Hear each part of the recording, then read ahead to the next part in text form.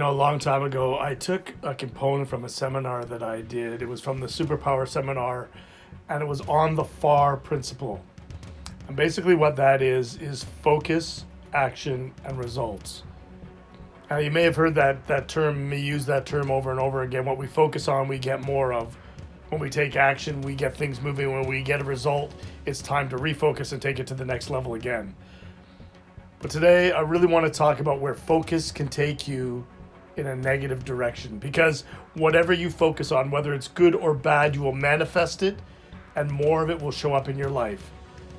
So for example, if you're on the side of the highway and you're focusing on that flat tire, and cars are going by, and all you can focus on is that flat tire on the side of the highway or in the middle of your life, more problems are going to occur. All your time and energy and your focus is going to be on what is wrong with this situation, what is wrong with my life, what is the bigger problem. And problems will then become greater and manifest themselves at a higher rate, because that's where you're placing your focus. It's like in a relationship. If you're in a negative relationship, you know how that feels. You know that it's not serving you.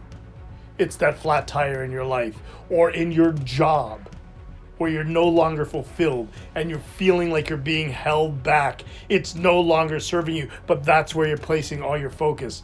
That's where all your conversations are, on indulging in the problem, indulging in the flat tire on the side of the highway of your life, instead of meeting the challenge.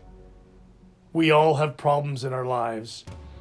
No matter how great your problem is, there'll always be someone to tell you that they've got a bigger and greater problem, because people like to indulge in each other's problems. It takes self-discipline, it takes courage, and it takes determination to refocus and step away from the problem. It's been said that the formula equals this: most people spend 95% of their time focusing on what's wrong in the world, what's wrong in their personal life, what's wrong with their body, what's wrong with their job, and spend 5% of the time trying to discover a solution, trying to get momentum in a direction that will move them away from what's been holding them back. Imagine how simple it would be if you took that formula and turned it around.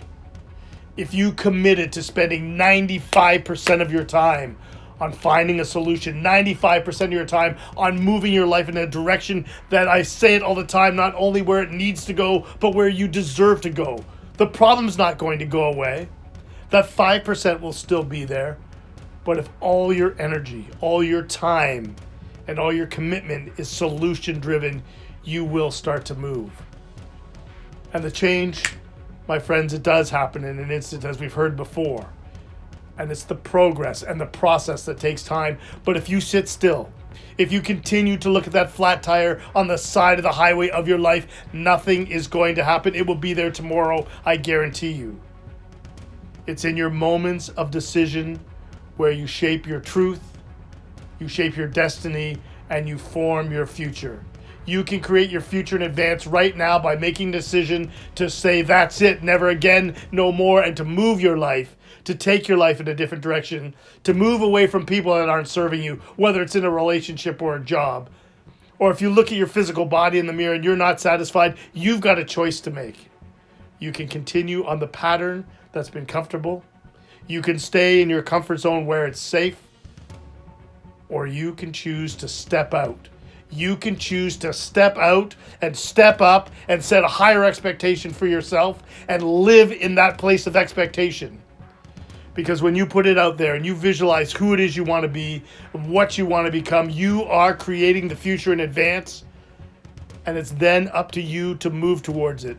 It's then up to you to make that commitment to do something every day, not once in a while, that's going to move you towards those goals, those dreams, that end game that you set out for yourself.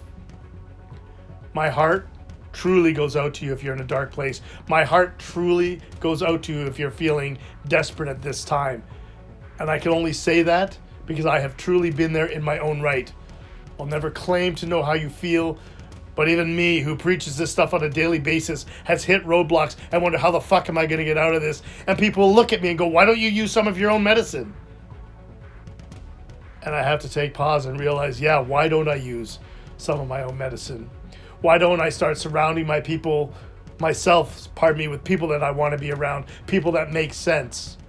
Why don't I put myself in those relationships that make sense, in those jobs that make sense? When I look in the mirror, I want to be proud of who I see. When you look in the mirror, you want to see a future, not a past. You want to see destiny, not darkness. And it's all about committing to shifting. You don't have to do it all overnight. They call the book, it's called the 1 millimeter shift.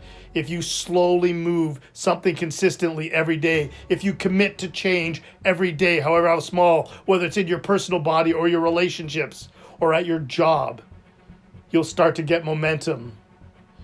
An inch will become a foot will become a yard, and a yard will become momentum that will lead you towards a mile. And before you know it, you will be in a place that's vibrating at a level you never thought possible. And when you look over your shoulder, always know that that comfort is there. It's easy to slip back into what you know. What's frightening is what's ahead. What takes courage is stepping into the unknown. But trust me, every step you take forward is a step towards your certainty, and a step towards your destiny, and a step towards achieving the goals that you want. A step towards having the life that you deserve. A step towards living life on your terms. You have a choice, and the choice is yours. The past does not equal the future unless you, my friends, choose to live there. The future is unwritten. It's like every client I've ever worked with has a journal.